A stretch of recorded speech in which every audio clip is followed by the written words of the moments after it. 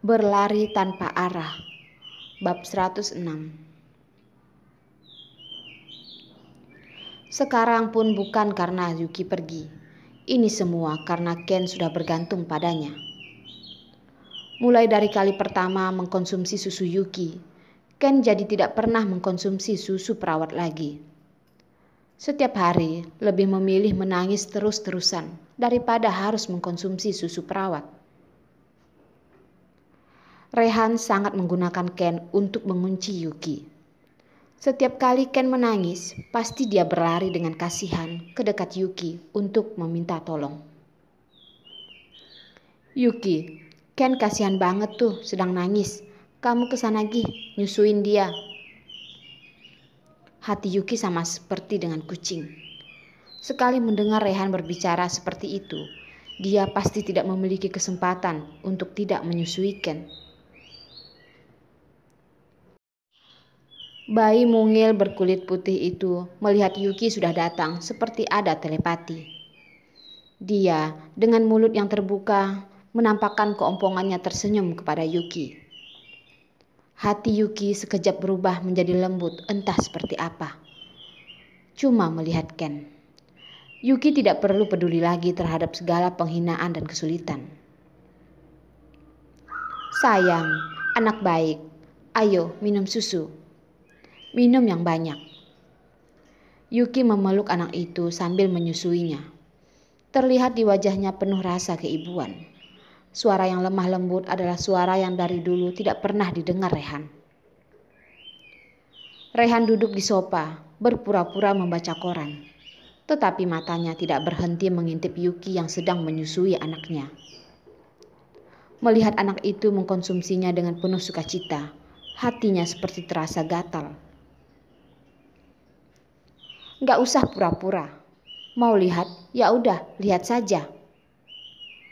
Yuki sudah menyadari dari awal kalau Rehan sedang mengintip melihatnya.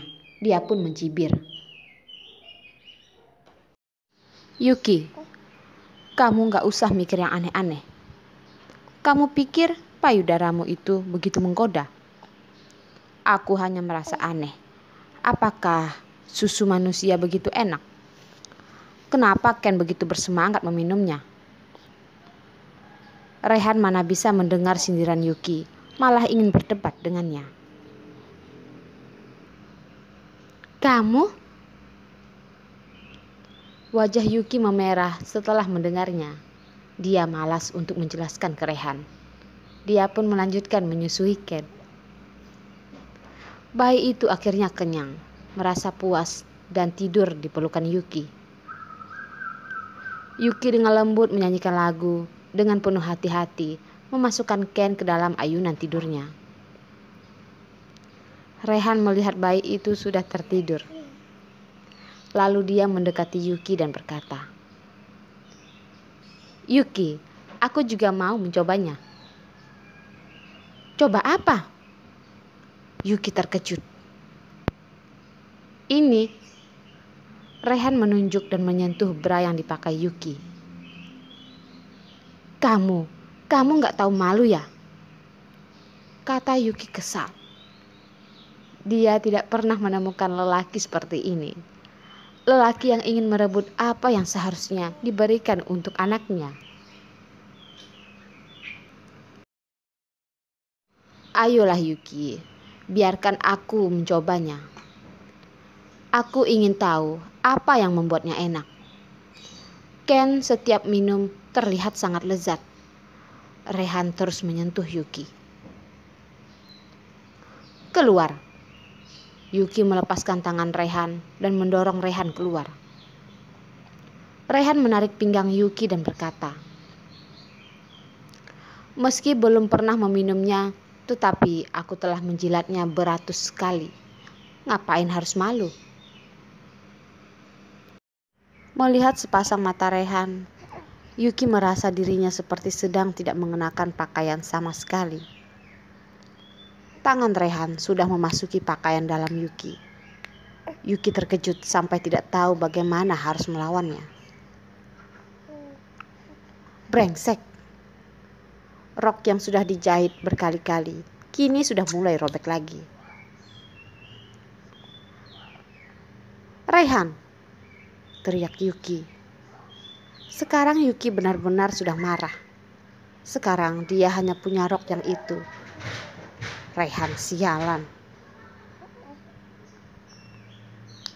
Melihat Yuki dengan satu tangan di dada dan satu tangan mencoba menarik rok yang robek, Raihan tidak kuasa menahan tawa. "Yuki, kamu tahu nggak bentukmu sekarang seperti apa? Sangat lucu." Yuki yang kesal pun memukul kepala Raihan 2 kali dan berkata, "Ini semua karenamu." Raihan tertawa sambil membawa Yuki ke dalam pelukannya. "Ayo, aku antar kamu beli baju." Raihan membawa Yuki pergi ke satu toko baju mahal dan membelikannya baju. Karyawan toko menawarkan baju-baju dengan penuh keramahan, tetapi Raihan seakan tidak peduli. Sampai di depan satu rak pakaian, Raihan mengambil pakaian dan melemparkannya ke karyawan toko. Yuki terdiam tak bisa berkata-kata melihat gaya Raihan memilih baju, sekaligus mencicipi bagaimana jadi orang kaya. Raihan dengan gayanya yang sekarang sudah seperti orang kaya baru, sombong dan penuh keangkuhan. Saat memilih sepatu, Raihan pun dengan gaya yang sombong meminta ukuran sepatu Yuki, menunjuk sepatu ini sepatu itu. Karyawan-karyawan toko pun sampai iri melihat Yuki. Yuki tak kuasa melihat tatapan mata para karyawan. Dia pun sembunyi-sembunyi ke daerah sepatu pria dan membuat Raihan menunjukkan uangnya di sana. Raihan membelikan Yuki baju. Satu baju ini bisa dipakai berapa tahun lamanya. Tiba-tiba satu karyawan toko mendekati Yuki.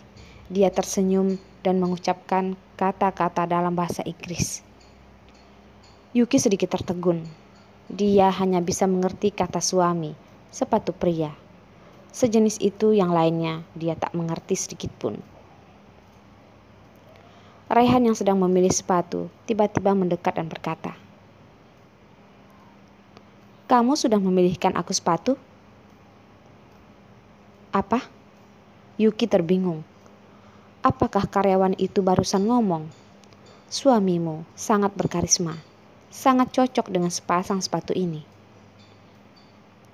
Raihan sama sekali tidak memperhatikan keanehan Yuki. Dia berjalan ke sebelahnya, lalu mengambil sepatu hitam cerah dan mengerutkan alisnya. "Yuki, seleramu yang mana?" Sepatu runcing ini sudah bukan gaya baru. Tetapi itu adalah sepasang sepatu kulit handmade. Detail dan pengerjaannya sangat indah. Yuki terdiam. Dia hanya berdiri di daerah sepatu pria. Sejak kapan dia ngomong kalau mau memilihkannya sepatu? Melihat mood Raihan yang sedang baik, Yuki memilih tersenyum. "Ya, seleraku nggak terlalu gimana sih. Ya udah, kembalikan saja itu." Tidak terpikirkan kalau Raihan melemparkan sepatu kulit itu ke tangan Yuki dan berkata, "Kasih aku coba." Yuki menatap Raihan, tetapi Raihan tidak menangkap tatapan Yuki. Dia malah duduk di sofa dengan kaki bersilang. Satu kakinya dijinjitkan dengan tatapan yang dalam melihat Yuki, seperti sedang menunggunya. Karyawan yang banyak omong itu takut sampai dia harus menjadi seperti babu yang memasangkan sepatu kepada seorang majikan. Menarik napas dalam-dalam, Yuki menyimpan ketidaknyamanan hatinya. Berlutut di depan kaki Raihan untuk menukarkan sepatunya. Posisi ini benar-benar seperti pembantu. Sepatu kulit sudah terpasang, tetapi Raihan tidak berdiri ataupun berjalan 2 langkah. Hanya duduk di situ, menggoyang-goyangkan kakinya. Sepatu kulit terlihat tergantung-gantung di kaki. Sepertinya ukuran sepatu itu sedikit besar. Wajah Raihan berubah menjadi gelap. "Yuki, Bagaimana kamu memilih sepatu? Yuki kali ini kembali tidak bisa berkata-kata.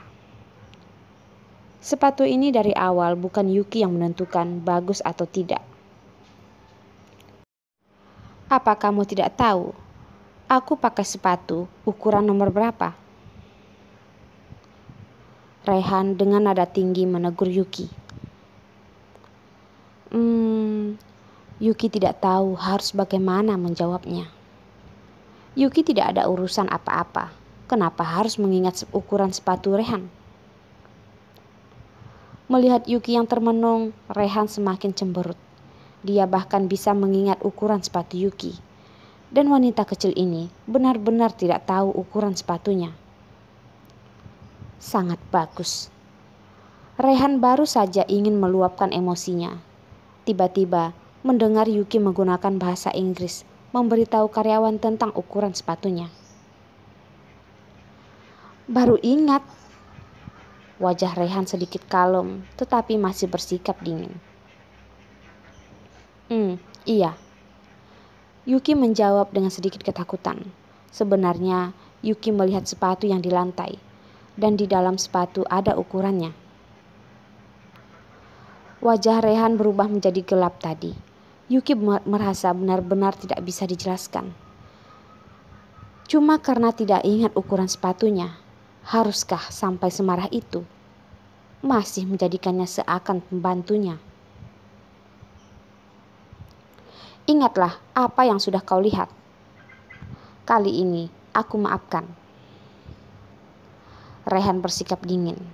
Tetapi bibir tipis nan seksi itu, wajah yang dingin sekejap menjadi terlihat sangat lembut. Wah, cepatan sini lihat. Di sebelah sisi toko tiap karyawan mengintip melihat hal itu. Mereka pun memandang dengan mata merah dan mulai seperti dibodohi oleh cinta. Yuki mau gak mau mengakui, saat Rehan tidak emosi, dia benar-benar terlihat sangat tampan. Saat keluar dari toko baju, Rehan sudah memakai sepatu baru. Sepatu yang lama sudah dibuang ke tong sampah. Angin malam itu cukup dingin. Leher Yuki terlihat kedinginan. Rehan pun menatapnya dan memeluknya. Tiba-tiba, satu suara tembakan yang menembus keterangan malam itu. Semua orang di jalan-jalan berhamburan, kabur ke sana kemari. Yuki juga mengumpat di atas tanah. Rehan membawanya mengumpat. Dalam sekejap, jongkok di belakang sebuah mobil. Yuki yang dalam pelukan Rehan sempat kaget. Dia berpikir, sebenarnya apa yang terjadi? Jangan bergerak, bersandar saja di sini. Rehan memeluk Yuki lebih erat lagi, sambil pelan-pelan berbicara. Selesai berbicara, sebuah gulungan dari belakang mobil berguling ke sudut tembok. Yuki melihat Rehan berdiri tegak dan dari saku bajunya mengeluarkan pistol. Dari celah di antara roda, Yuki melihat dengan jelas di samping ada orang asing dengan sepasang mata yang besar sedang tengkurap, tidak bergerak.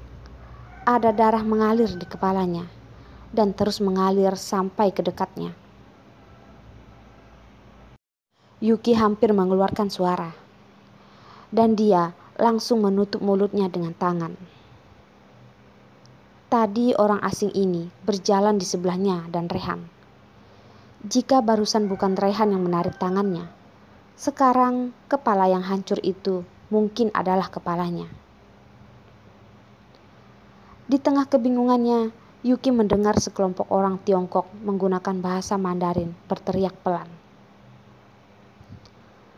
Sepertinya lari ke sudut tembok sebelah sana. Ayo, kita berpencar. Sangat jelas. Orang-orang ini adalah yang ingin berurusan dengannya dan Rehan. Hati Yuki mulai menegang.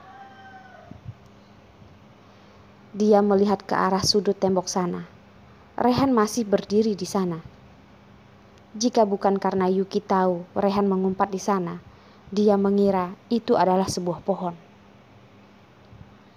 Bayangan hitam semakin mendekat. Hati Yuki rasanya sudah naik ke tenggorokan. Suara tembakan berbunyi 3 kali, dan ada 2 potong tubuh jatuh. Rehan sudah mengalahkan 2 musuh. Selain itu, orang itu sangat licik, terus-menerus menempel di tembok dan mendekati Rehan. Yuki sedang meneriaki sekali nama Rehan, membuat Rehan memperhatikannya. Rehan tiba-tiba dari sudut tembok itu keluar. Suara tembakan itu pun keluar. Bayangan hitam itu jatuh di tanah. Yuki akhirnya menghela napas lega. Belum sempat berteriak Rehan sudah menariknya ke sisi jalan kecil lainnya. Yuki dibawa lari oleh Rehan. Tiba-tiba dia merasa ada sesuatu yang panas menempel di lengan Rehan, sampai mengalir ke tangan Yuki. Hati Yuki kembali menegang. Sambil dia berlari, dia bertanya ke Rehan, "Rehan, apakah kamu terluka?"